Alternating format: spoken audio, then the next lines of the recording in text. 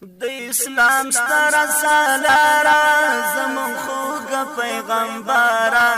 مونږ نیولې دستالارا زمون خوږ پیغمبرا مونږ نیولې دستالارا زمون خوږ پیغمبرا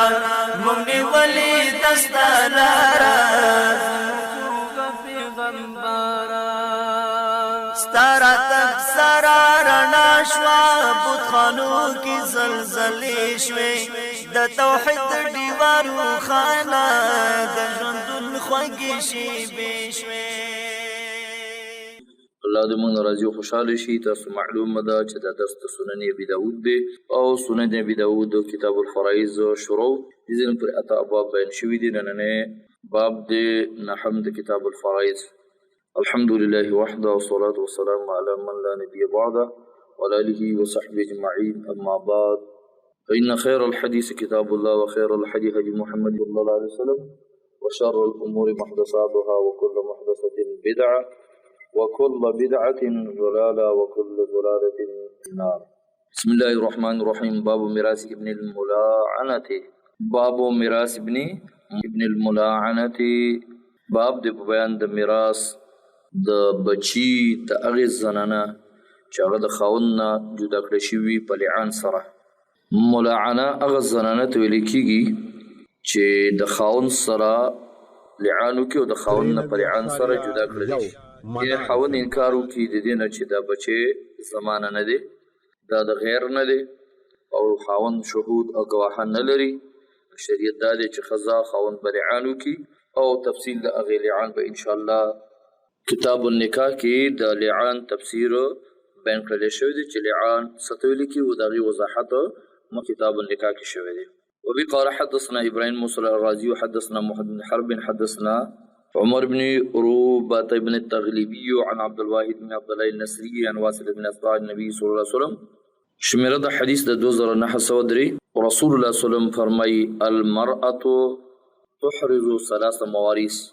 خزر جمع کوي ځان ته درې قسمه میراث. عتیقها یو میراث د معتق خپل یو غلام دی چې د آزاد کړی دی او دغه مړ شي او د غلام وارث نه لري، نه د زنانه آزادونکي چې دی آزاد کړی د غلام میراث بخت. ولقیتها او بل د موندلی شوي بچي او ماشوم چې د یو ماشوم موندلی دی په لاره باندې، پلار یې معلوم نه دی، مور یې معلومه نه ده، د دغه تربیت وکړه، پالنه وکړله، نو د هغې میراث به دته پاتې. وولدها الذي لعنت عنه چې بچی د هغه لعنت عنه چې لعان کړي وي د عنه د هغه د وجې نه، یعنې ولدها الذي بچی د هغه لعنت عنه چې د لعان کړی وي عنه د هغه د وجې نه، نو د هغه میراث به د تفاتي وي او د هغه میراث به وړي. دا حدیث سندن ضعیف هم دی ځکه دی کې راوي دی عمر بن عروبة التغلبي او امام بخاري وایي چې فيه نظرون. امام بخاري وایي چې په دې کې نظر دی. امام زحبي وایي چې قوي نه دی. دا حدیث ترمذي ماجه هم ذکر کړی دی. سند دا حدیث ضعیف دی لیکن معنی د حدیث ثابته ده او دقه معنی ده چې کوم حدیث کې راغلی ده. وبه قال حدثنا محمود بن خالد وموسى بن عامر قال حدثنا ولید. شمیره د حدیث 2904 دی. رسول الله صلی الله علیه وسلم میراث د بچی د ملاعنې خاص کړی دی امور لره چې کله مور جمع دی وي هغه بچی چې دغه د وجې نه د لعان کړی دی هغې میراث وړي. ولورثتها من بعدها او کله چې هغه وفات شي د وفات د هغې نه وروسته به د هغې وارثان میراث وړي د دغې بچي د ملاعنې. حدیث صحیح دی. بعضې وایي چې دا حدیث مرسل دی. مرسل نوع من ضعیف ده لیکن معنی د حدیث صحیح ته ده. وبه قال حدثنا موسى بن عامر حدثنا ولید اخبرني عیسی ابو محمد. شمیره د حدیث ده 2905 دا هم د نبي صلی الله علیه وسلم مروي دی په شان د مخکني روایت. باب هل يرث المسلم الكافر. مسلمان د کافر نه میراث وړی شي کو نشي وړی؟ دا مسأله الباب ده او لسم شمیره د باب ده. ټول مسلمانان په دې باندې متفق دي چې کافر د مسلمان نه میراث نشي وړلی. خو مسلمان د کافر نه میراث وړلی شي کو نشي وړلی. په دې کې اختلاف د علماو دی، جمهور صحابه او تابعینو رای دا ده. لکه څرنګه چې کافر د مسلمان نه میراث نشي وړلی، دارنګه مسلمان د کافر نه هم نشي وړلی. البته د بعضې صحابه لکه معاذ بن جبل، معاویه رضی الله عنه، او تابعینو کې سعید بن مسیب او مسروق، دارنګه د نورو بعضې اهل علم رای دا ده چې مسلمان د کافر نه میراث وړلی شي. د هغې استدلال او دلیل دا دی چې حدیث کې راځي چې الاسلام یعلو ولا یعلى علیه، اسلام به غالب وي بل شي په ده باندې نشي غالبه کېدلی. هغې په دغه حدیث باندې استدلال او دلیل نیسي، خو لیکن د هغې استدلال د دې حدیث نه صحیح ځکه نه دی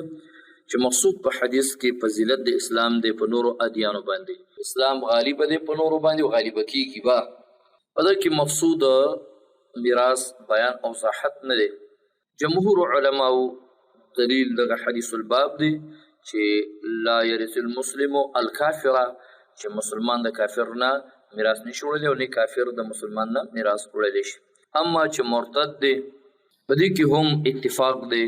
چې مرتد د مسلمان نه میراث نشي وړلی. مسلمان د مرتد نه وړی شي او نشي وړلی، په دې کې اختلاف د علماو شته دی. امام مالک او شافعي او د بعض اهل علم رای دا ده چې مسلمان د مرتد نه هم میراث نشي وړلی. لیکن د امام ابو حنیفه رحمه الله رای دا ده هغه مال چې د کسب کړی دی په زمانه د ردت کې دا به د بیت المال ته سپارلی شي او د بیت المال به ګرځولی شي، او هغه مال چې د کسب کړی دی په اسلام کې کو د وارثان مسلمانان وي دغه میراث دغه نه وړی شي. وبه قال حدثنا مسدد حدثنا سفيان الزهري شمر د حدیث 2906 ده. او راوی د حدیث دی اسامه بن زید اغه نبی صلی الله علیه وسلم روایت کوي قال رسول الله وی لا يرث المسلم الكافر، میراث نشي وړلی مسلمان د کافر نه، ولا الكافر المسلم، او نه کافر د مسلمان نه میراث وړلی شي. وبه قال حدثنا احمد بن حنبل حدثنا عبد الرزاق بن معمر شمر د حدیث د 2909 دا راوی د حدیث اسامه بن زید دی قال دوی ما ویل اې د الله پیغمبر اين تنزل غدا في حجته، وحجة الوداع کې چې رسول الله صلی الله علیه وسلم په دغه سفر د حج کې صحابه سره شریکو، نو ما فرمایل چې موږ به سبا لا کوم ځای کې فړاو غورځو حج کې. نو رسول الله فرمایل هل ترک لنا عقیل منزلا، موږ د فارغ او عقیل څه کور نه دی پرېښودلی. عقیل ټول ځمکې جایدادونه کورونه د ابو طالب چې د تفات وي هغه ټول حرص کړي دي. نو ابو طالب کافر او دغه څلور زامنو، یو عقیل بل طالب بل جعفر بل علي رضی الله عنه. نو دا جعفر رضی الله عنه او علي رضی الله عنه دواړو اسلام قبول کړی. هغې خو د ابو طالب نه میراث وی نه وړلو، ټول میراث عقیل ته پاتې شو. نو عقیل ولګېدلو هغه ټول جایدادونه یې خرڅ کړل. نو دا حدیث امام ابو داود یې دپاره راوړلو چې ګوره جعفر او علي مسلمانانو دواړه او د ابو طالب نه میراث نه دی وړلی. عقیل او طالب دواړه کافرو، میراث هغې ته پاتې شولو. ثم قال بي ونحن نازلون بخيب بني کنانه، موږ به انشاء الله فړاو غورځوو په هغه خیب بني کنانه کې حيث تقاسمت قریش علی الکفر،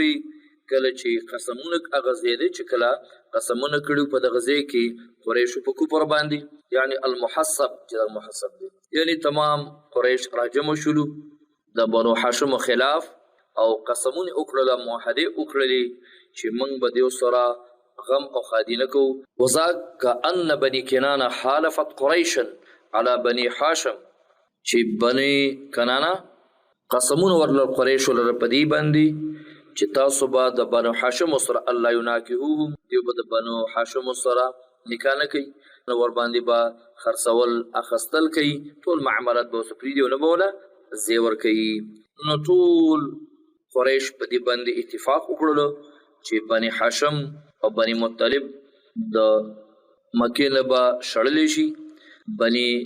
خیب بني کنانه ته یو صحیفه ولیکله، یو کاغذ یې ولیکلو چې پای کې قسم قسم باطل خبرې هم راجمع کړي وي، او دی راجمع کړي وه پکې دا خبره، او دی پکې لیکلې وه چې د بنو هاشم سره به غم او خادي نشي کولی او دغه سره به قطع تعلق. الله په هغې باندې هغه کاغذ باندې په هغه صحیفه باندې وینا او چمجې مسلط کړلو هغه څو د کفر خبرې او ناروا خبرې وي هغه ټول وخوړلې او سوا د هغې نه چې کې ذکر د الله موجود نه هغې فریق نو جبریل راغلی نبي صلی الله علیه وسلم ته د دې خبرې تذکره وکړله او رسول الله صلی الله علیه وسلم خپل تر ابو طالب ته ویل ابو طالب ولګېده قریشو ته ویله چې زما وراره دا خبره کوي کله چې دیو تلاش وکړلو نو دقسې منډه کړله بیا په ډېر پښیمان و په دې خبره باندې چې دا یقیني حق پیغمبر دی او دا رښتینی پیغمبر دی د حقانیت د رسول الله صلی الله علیه وسلم ته معلوم کړلی شو او بیا ورته اجازه ورکړلو بنو هاشمو ته چې بېرته مکې ته داخل شولو رسول الله صلی الله علیه وسلم فرمایل چې زموږ به فړاو ورځو په خیب بني کنانه کې چې تمام کفار او قریشو زموږ خلاف موحده کړې وه لیکلي کړي وو خبرې کړې وه او اجماع مقرر کړې وه چې دې سره به غم ښادي نه کوو دا ځای رسول الله صلی الله علیه وسلم ولې انتخاب کړ وجه د شکریا د الله تعالی په نعمت باندې چې الله تعالی پیغمبر مکې ته داخل کړل او غلبه الله پیغمبر ته ورکړله او چې د هغه ځای چې تمامو قریشو اتفاق کړی چې په دې ځای کې تمام کفار دلته راجمع شي او رسول الله صلی الله علیه وسلم او بنو هاشم د مکې نه وشړل خیبې بني کنانه ته او دغه موحده هغې لیکلې وه وبي قال حدثنا موسى بن اسماعيل حدثنا حماد بن حبيب المعلم عن عمرو بن شعيب بن نبي جده عبد الله بن عمرو قال قال رسول الله صلى الله عليه وسلم لا يتوارث اهل ملتين شتى رسول الله فرمای چې دو مختلف دینونو والا دي د یو بل نه میراث نشي وړلی مثلا يهودي د نصراني او نصراني د يهودي نه میراث نشي وړلی دارنګې اسلام والا د کافر نه میراث نشي وړلی او کافر د اسلام والاونه میراث نشي وړلی دا حدیث ابن ماجه کې دی او حدیث صحیح دی وبي قال حدثنا مصدق حدثنا عبد الوارث عن عمرو بن ابي الحكيم الواسطي شمیر الحديث 2909 عبد الله ابن بريده راوي دي ان اخوين چې دورنا اختصما بسلا راولا يحيى ابن يعمر تا يحيى ابن يعمر تا چې دا د بصري اوسیدونکو دی او قاضي د بصري پاتې شوی دی کان ثقه فصیحا دا ثقه او فصیح انسان چې د دوه ورونو کې یو يهودي دی بل مسلمان دی نفورث المسلم منهما وارث وګرځو مسلمان د دې دوه نه چې هغه وارث وګرځو وقال حدثني ابو الاسود ان رجلا حدث عن معاذ حدث قال سمعت رسول الله صلى الله عليه وسلم يقول معاذ چې ما رسول الله نبی الاسلام يزيد ولا ينقص اسلام زیاتیږي کمال فقې ناراضي او ورث المسلم پیغمبر وارث ګرځولې دی مسلمان چې مسلمان د کافر نه میراث وړلی شي دا حدیث سندن ضعیف دی او کمزوری دی ځکه چې معاذ نه کم راوی روایت نقل کوي هغه مجهول او مبهم دی ان رجلا حدثه ان معاذ حدثه د دې وجه نه حدیث سندن ضعیف دی او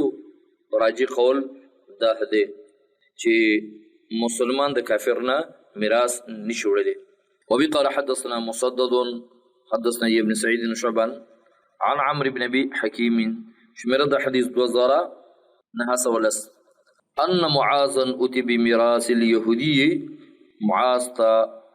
راول شو میراث د يهودي وارثه مسلم وارث د مسلمانو بمعنى او معنا د حدیث مذکور ذکر کړی دا د نبی صلی الله علیه وسلم نه دا حدیث هم ضعیف دی ځکه دی کې انقطاع ده نو په دې وجه باندې ځکه چې سماع د ابو الاسود د معاذ بن جبل نه ثابت نه ده حدیث کې انقطاع راغله باب فی من اسلم على میراث هغه څوک چې مسلمان شي په لاس د یو شخص باندې نو دغه میراث به دغه تفاتی کیږي اگر کو دا مسله بین الائمه اختلافي ده په شرط دی باندې چې دغه شخص وارث نه لري وارثان نشته دي د چا په لاس باندې چې د اسلام قبول کړی دی نو دغه میراث به هغه ته پاتې کېدلی شي وبي قال حدثنا حجاج بن ابي يعقوب حدثنا مسلم بن داود حدثنا محمد مسلم شمل الحديث 2911 عبد الله بن عباس رسول الله فرمای كل قسم قسم في الجاهليه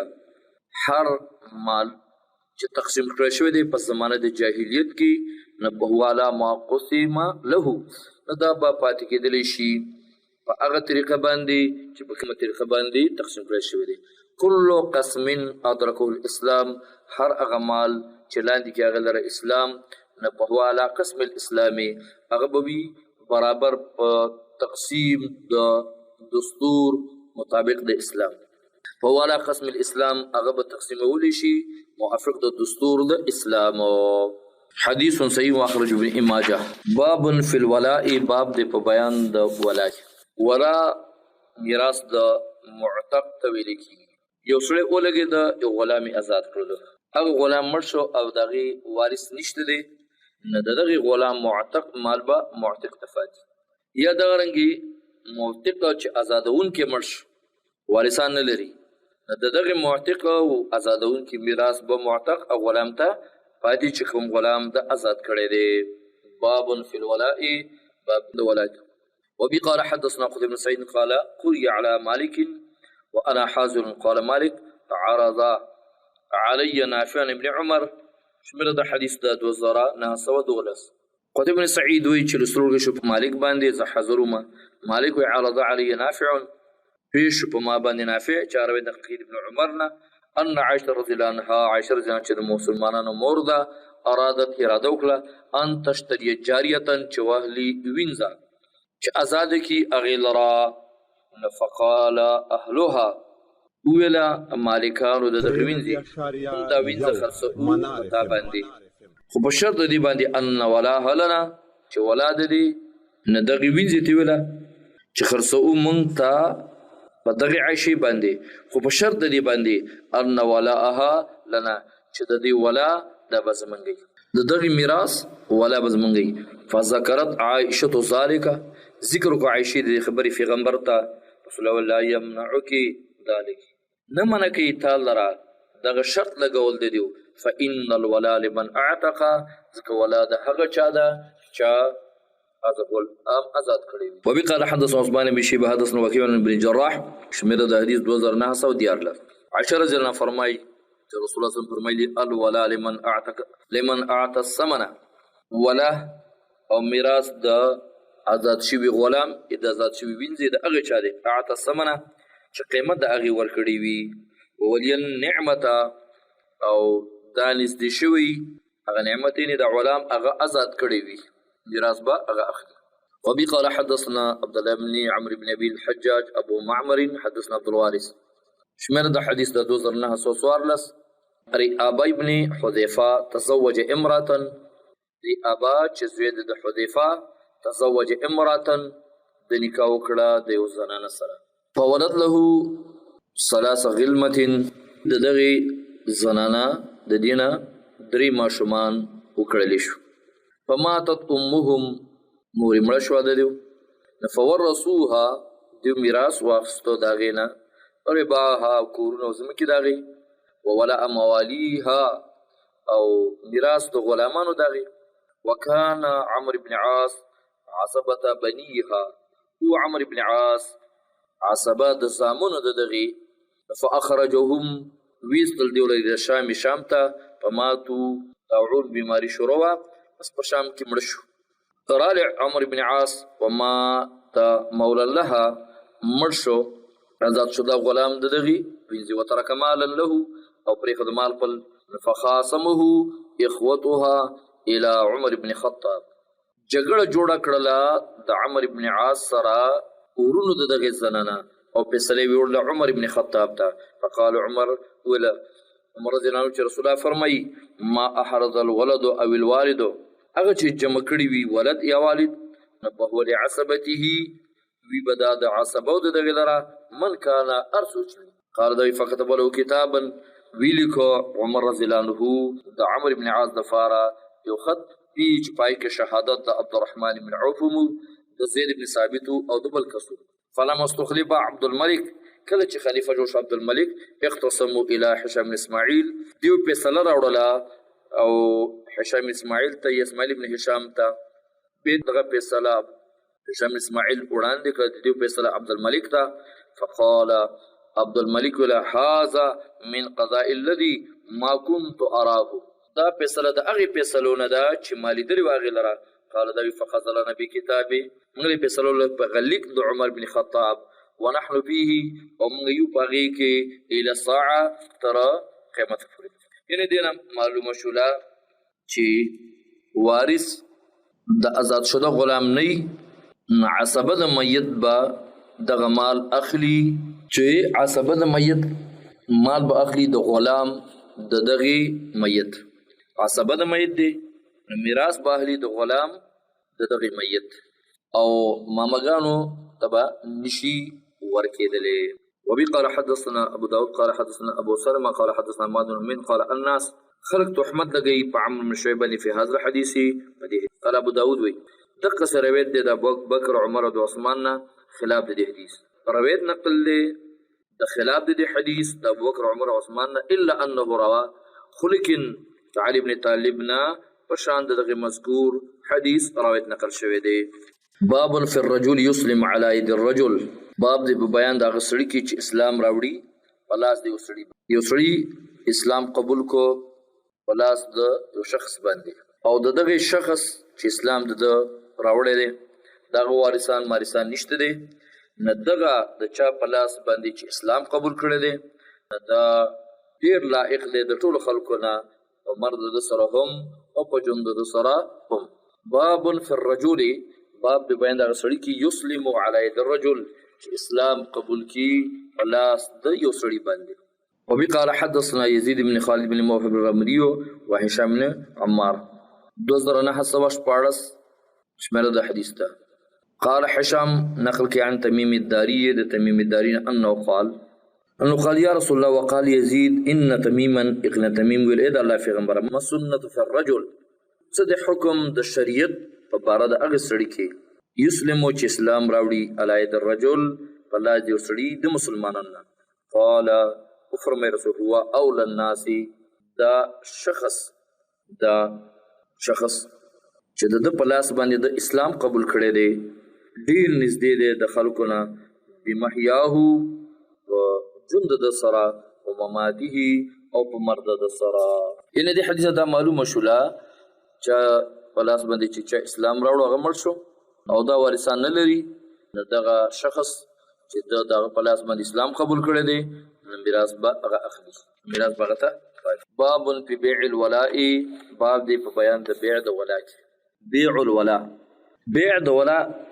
او ولا ما تاسو مخکې ویل ولا میراث د معتق ته ویل کېږي، دغه ته ولا خرڅېدل منع دي او دغه حبه هم منع دي. وبي قال حدثنا حفص بن عمر حدثنا شعبة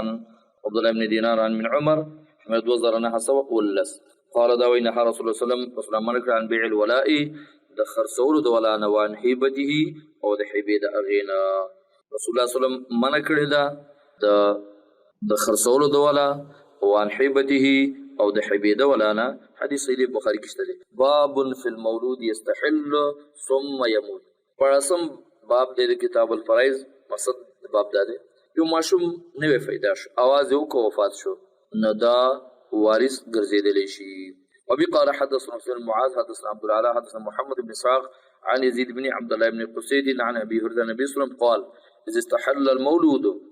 دله چې आवाज وکي ماشوم نه ورثا هغه صاحب میراث ګرځیدلی شي. حدیث سندن ضعیف دی، دا حدیث دی سندن ضعیف دی، علما په دې باندې کلام کړی دی ځکه د راوی دی محمد بن اسحاق مدلس او عنانه کړی ده، او دا روایت موقوفا د جابر رضی الله عنه هم نقل دی، خو هغه موقوف روایت چې کوم دی په دې باب کې صحیح دی. د مرفوع روایت نه دغه موقوف روایت چې کوم دی دا صحیح دی. باب نسخ میراث العقد بمیراث الرحم، شپاړسم باب دی. باب مقصد دا دی کله چې مهاجر د مکې نه مدینې ته رالل، رسول الله صلی الله علیه وسلم د مهاجرو او د انصارو ترمنځ اخوت او ورورولي قائم کړل. رسول الله صلی الله علیه وسلم مهاجر به د انصاری نه میراث وړل، انصاری به د مهاجر نه میراث وړل. ابتدا د اسلام کېده به آیا الله رب العالمین آیات د میراث نازل کو چې وراثت او میراث د نسب سره تعلق ساتي، د موحدي او د اخوت اسلامي سره تعلق نه ساتي، نو دغه حکم بیا منسوخ شو. نه هغه څوک چې د مړي وارث دی هغه به د میت نه او د مړي نه میراث وړي. باب نسخ میراث العقد، باب دی په بیان د منسوخیت د میراث د موحدي کې په میراث الرحم په میراث د ذوی الارحام سره. وبي قال حدثنا احمد بن محمد بن ثابت حدثني علي بن حسين عن ابي شميره حديث 2009 دا حديث مروي دي عبد الله ابن عباس فرمای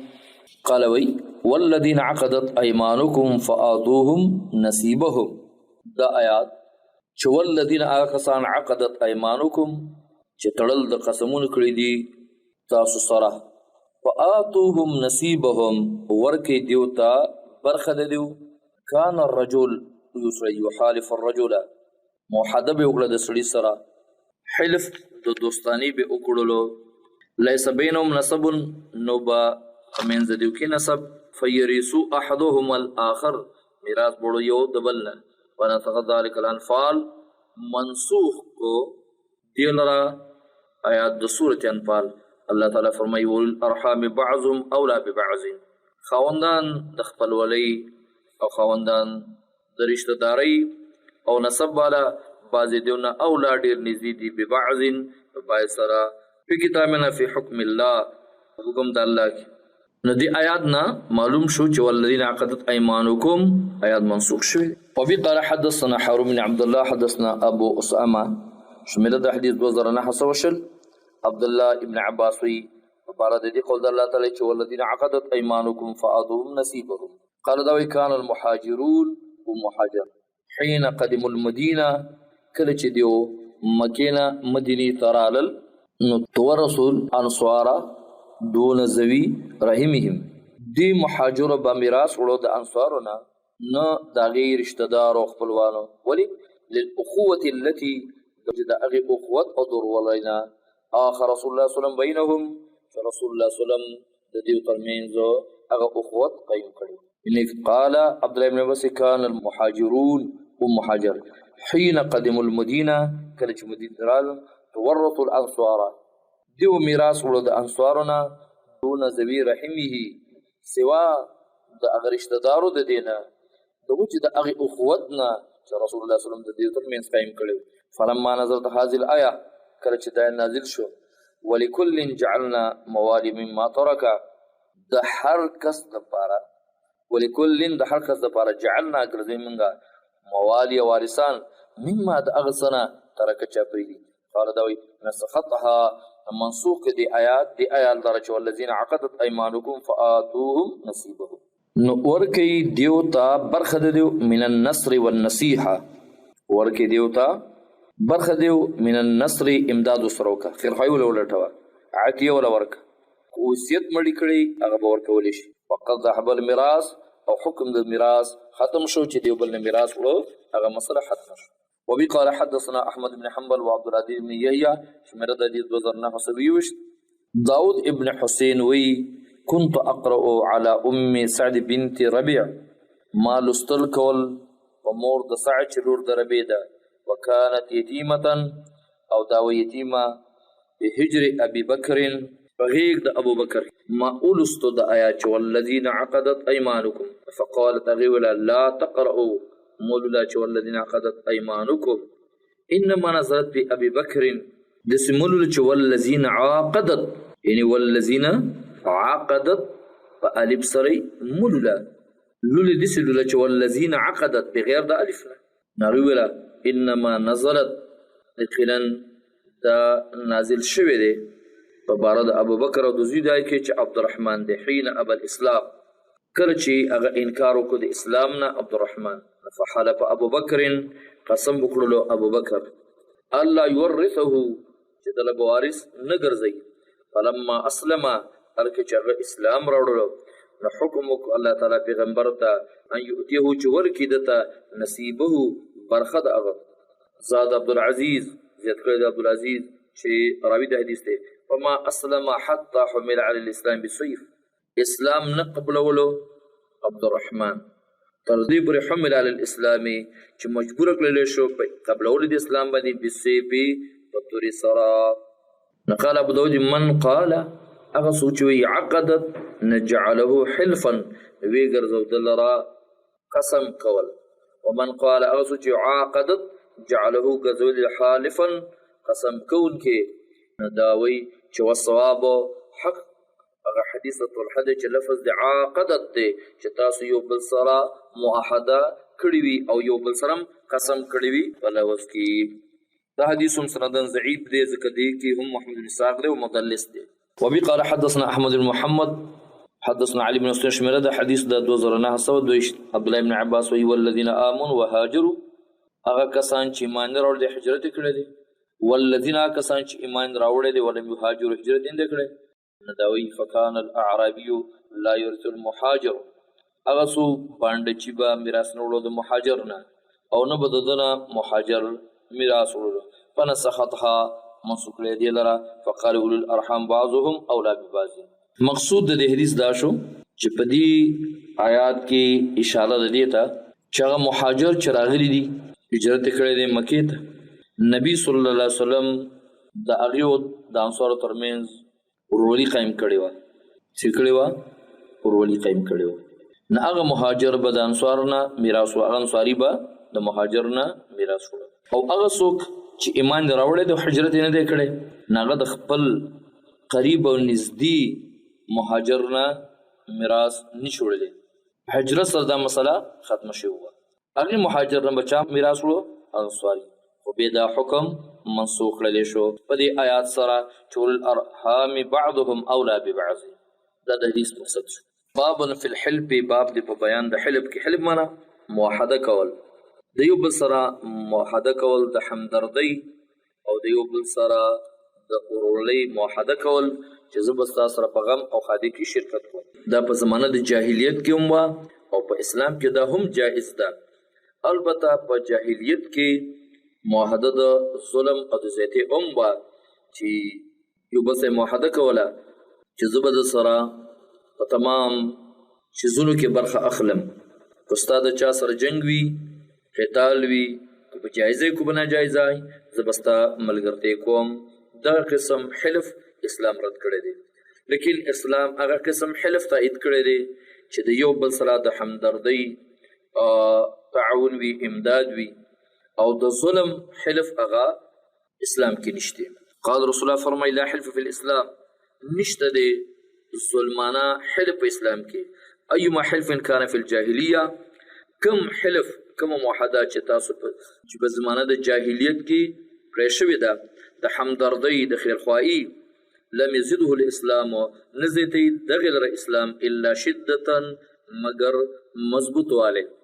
کوم موحده چې په زمانه د جاهلیت کې د یو بل سره د همدردۍ کول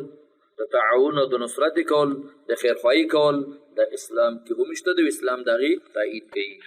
وبي قال حدثنا مسدد حدثنا سفيان عاصم بن احوال قال سمعت انس مالك يقول حالف رسول الله صلى الله عليه وسلم بين المهاجرين والانصار في دارنا موحده رسول الله صلى الله عليه وسلم په منځ د مهاجرو او د انصارو په دارنا په کور زمن کې فقيل له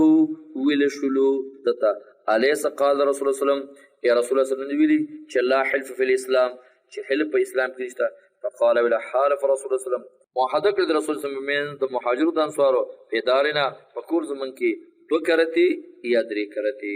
نو دینه دا ثابت شو چې موحده د یو بل سره د همدردۍ د ظلم نه نه جایز. باب فی المرأة ترث من دیة زوجها اتلسم باب د کتاب الفرائض مقصد د باب دا دی چې زنانه میراث وړلی شي د دیت د خاوند خپلنه. وبي قال حدثنا ابن صالح ما الذي 2915 عمر بن الخطاب الدية للعاقلة دیت د پاره د عصبو د مېته ولا ترث المرأة میراث بنوړي زنانه د دیت د خاوند خپلنه اچې تر دې چې د ضحاک او فرمای ضحاک ابن سفیان كتب الي رسول الله صلی الله علیه وسلم لیکل کلمات رسول الله صلی الله علیه وسلم ان اورث